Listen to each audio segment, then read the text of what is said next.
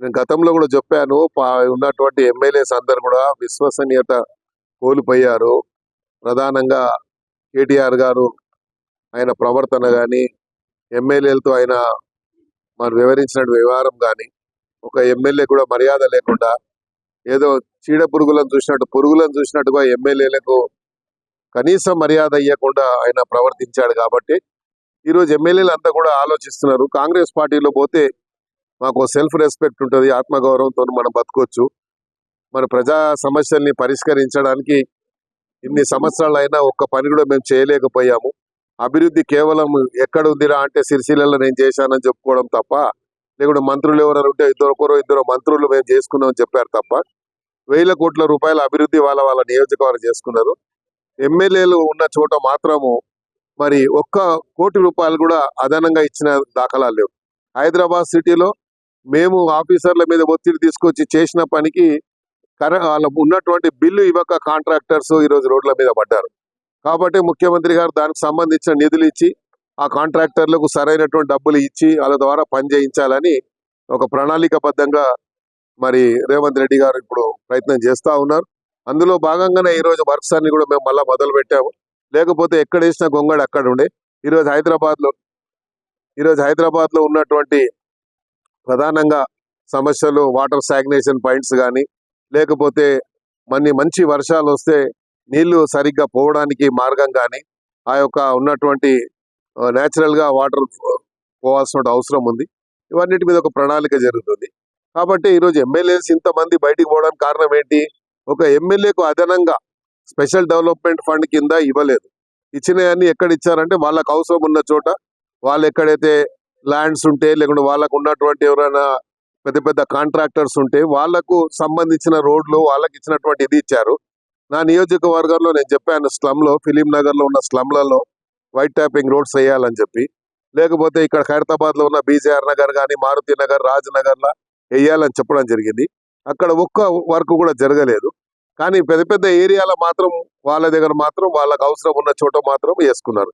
100,000 కోట్ల రూపాయలతో వేశారు. ఎందుకు వేశారు అనేది దానికి ఎక్కడ కూడా ఆన్సర్ లేదు. ఈరోజు ఎమ్మెల్యేస్ ఇంతమంది రావడానికి కారణం ఏంటి? ఈరోజు ప్రకాష్ గౌడ్ అని, ఉట్టి ప్రకాష్ గౌడ్ కాదు, నిన్న మొన్న నాతోని దగ్గర 10 మంది ఇంకా మాట్లాడారు. 10 మంది అడిగారు. నేను చెప్పాను, కాంగ్రెస్ పార్టీలో నేను ఉన్నాను కాబట్టి నాకు తెలుసు, కాంగ్రెస్ పార్టీలో స్వేచ్ఛ అనేది మనకు sky is the limit. Congress పార్టీలో మీరు వచ్చి ఎలాంటి ఇబ్బందుల గురి గారు మేము అది బాధ్యత మేము తీసుకుంటాము. ముఖ్యమంత్రి గారిని ఎప్పుడేటప్పుడు కలవచ్చు. అప్పుడు ముఖ్యమంత్రిని కలవాలంటే నలుగురితో అపాయింట్మెంట్ ముందు అడగాలి. ఆ నలుగురిలో ఫోన్ ఎత్తితే మనకు అపాయింట్మెంట్ దొరుకుతుంది, లేకుండా లేదు. కానీ ఇప్పుడు అట్లా కాదు. అపాయింట్మెంట్ అడిగే అవసరం లేదు. ఎమ్మెల్యే అనేవాడు డైరెక్ట్ గా వెళ్ళొచ్చు, డైరెక్ట్ గా ముఖ్యమంత్రి గారికి విన్నత పత్రం ఇవ్వచ్చు, డిప్యూటీ సీఎంకి ఇవ్వచ్చు, మినిస్టర్లకు ఇవ్వచ్చు, ఎవరికన్నా ఇవ్వచ్చు. వాళ్ళ జిల్లాలో ఉన్నటువంటి ఇన్ఛార్జ్ మినిస్టర్ని ఎప్పుడంటే అప్పుడు కలవచ్చు. మరి ఇప్పుడేమో అప్పుడున్న పరిస్థితి అలా లేదు. కాబట్టి ఈరోజు చాలా మంది వస్తున్నారు. ఇంకా రేపు నేను అనుకుంటే ఇంకొక 6 మంది రేపు జాయిన్ అవుతున్నారు, రేపు ఎల్లుండో. మొత్తానికి మాత్రం ఈ 15 రోజులలో మొత్తం కూడా మెర్జ్ అయిపోయేది గ్యారంటీ.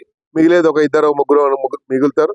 ఆ మిగిలిన వాళ్ళు కూడా ఇక ఏమంటారు, అది ఎటు పోవాలన్నా అటు పోవాలా అని ఆలోచనలు ఉంటారు తప్ప, అయోమయ పరిస్థితుల్లో మిగిలిపోయిన వాళ్ళు ఉంటారు తప్ప, మనస్ఫూర్తిగా ఉండేవాళ్ళు మాత్రం ఎవరు ఉండరు అక్కడ. మనసు అనేవాడు ఉన్నవాడు, ఆత్మగౌరవం ఉన్నవాడు, సెల్ఫ్ రెస్పెక్ట్ ఉన్నవాడు మాత్రం వాడు ఉండడు. ఇప్పుడు చెప్తా ఉన్నాడు కేటీఆర్ గారు, ఇవాళ పేపర్లో చూశాను. ఏం చెప్తుండంటే, ఈనాడులోనూ ఆంధ్రజ్యోతిలో చూశాను పొద్దున. ఏం చెప్తుండంటే, టీడీపీ లాగా రీజనల్ పార్టీ స్ట్రాంగ్ కావాలంటే టీడీపీ లాగా ఉండాలి అన్నారు. టీడీపీ లాగా ఉండాలంటే అక్కడ పార్టీ ఉన్నటువంటి నాయకుడికి లక్షణాలు ఉన్నాయి.